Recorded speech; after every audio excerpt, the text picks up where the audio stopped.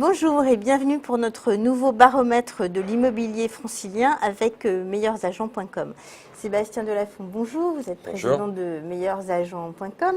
Alors que se passe-t-il en ce mois de janvier? On voit qu'il y a une inversion de la tendance, une inversion de la courbe et qu'après 6 mois de baisse, les prix parisiens et en région parisienne recommencent à monter. Pour quelles raisons? Ils remontent légèrement. À Paris, ils montent l'ordre de 0,3% et en région Île-de-France, c'est entre 0,5 et 0,8. Donc c'est une hausse qui est encore relativement modérée. Pourquoi ça monte? Ça monte, il y a un effet saisonnier. Il y a toujours un regain de demande entre janvier et juin, notamment de la part des familles qui recherchent des grandes surfaces. Donc ça, on connaît ça, on avait connu ça l'année dernière. Et puis, il y a l'effet qualité qui joue à plein et qui fait que ce sont surtout les biens de meilleure qualité ou de qualité convenable qui se vendent, alors même que ceux qui sont de moindre qualité, qui ont le plus de défauts, ne se vendent pas. Alors est-ce que ce mouvement, est-ce que cette hausse correspond à vos prévisions? Parce que vous avez lancé il y a très peu de temps un indicateur LITI, l'indicateur de tension immobilière, qui est tout à fait nouveau sur le marché. Et cet indicateur, semble-t-il, prévoyait plutôt une baisse. Alors d'abord, est-ce que vous pouvez nous réexpliquer ce que c'est que LITI?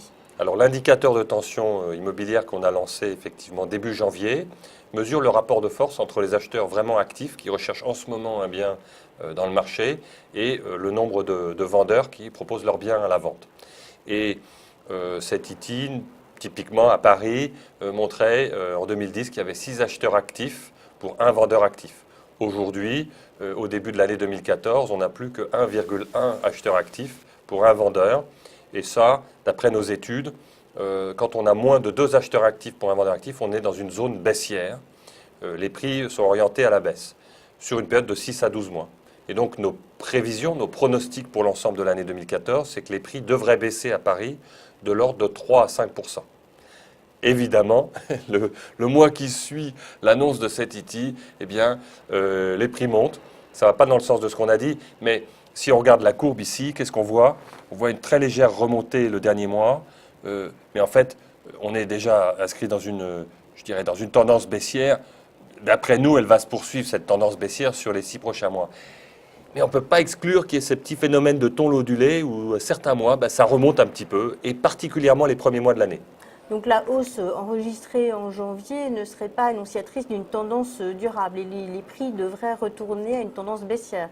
Je pense que de toute façon, oui, un mois c'est très court pour observer. C'est intéressant parce que ça nous permet de suivre le marché au plus près.